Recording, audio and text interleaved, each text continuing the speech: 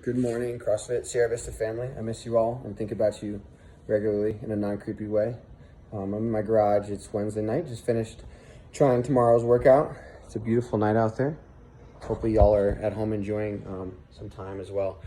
I think a lot of us are frustrated by our inability to get used to being upside down unless we were a gymnast in a previous life. So today's an awesome opportunity to work on handstand variations. Find a loved one or find someone on the street. Ask them if they'll hold your feet.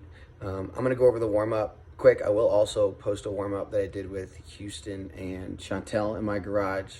Got really awkward, so I think it's funny. But I'm going to do a better job explaining the warm-up and variations and some handstand variations now. So, set up my camera.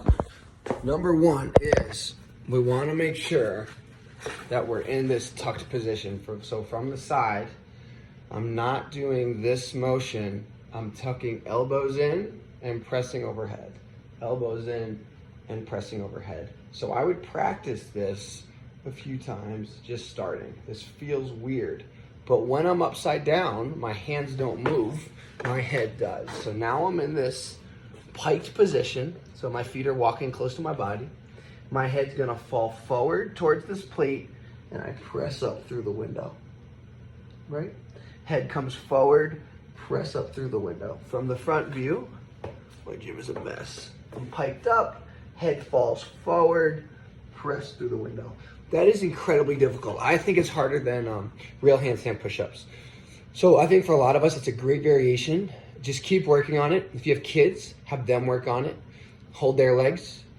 They'll hold your legs, hopefully. And take this as an opportunity to work on handstand variations. If that feels good, let's grab a chair. So now we're getting a little vertical. I'm gonna walk my feet up on the chair into this pike position, tuck my head, fall forward, and press myself up. What happens if I get stuck? I can just come down, right? So super safe. Number one thing is safety. Don't just run into a wall full speed and hope your arms can hold you.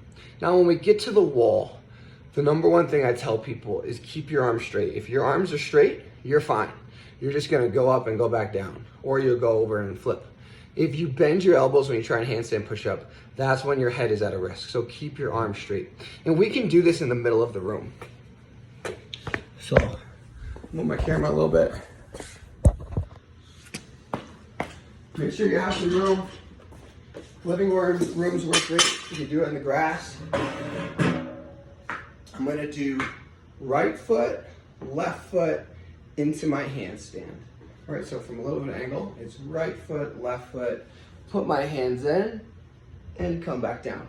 And maybe I just wanna practice this a few times. Right foot, left foot, hands in, and come back down. Now I need to transfer my weight from my legs to my hands. So I'm gonna do right foot, left foot, come up, and go back down. Notice my hands are locked out. Don't have someone try and grab your legs right now. All right, we're still getting comfortable putting our weight through our hands. Right foot, left foot, weight into my hands, come back down.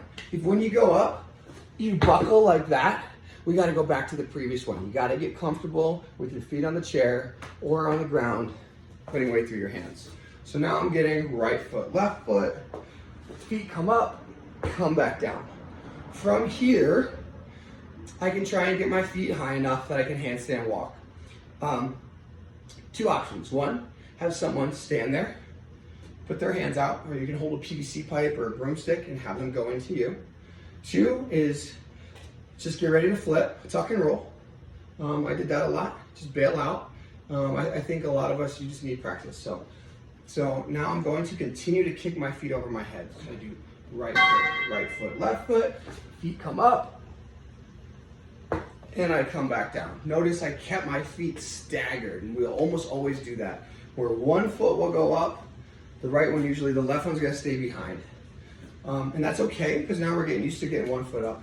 When you really commit is when you both feet kick up over your head. You're gonna start crawling with your arms because you're gonna get scared, and then you'll just fall back, and that's fine. And you're gonna do that a few times. So I'll show you what that looks like. My feet go up, and I start walking.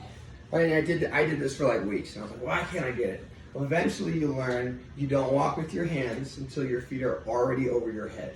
And that's where that person would then stand over here. I'd kick up into them and they'd get comfortable with my feet over my head because my feet are gonna lead the way. So now I kick up, my feet are over my head, and I come back down. I'm hoping to see all kinds of videos in the park, in your backyards.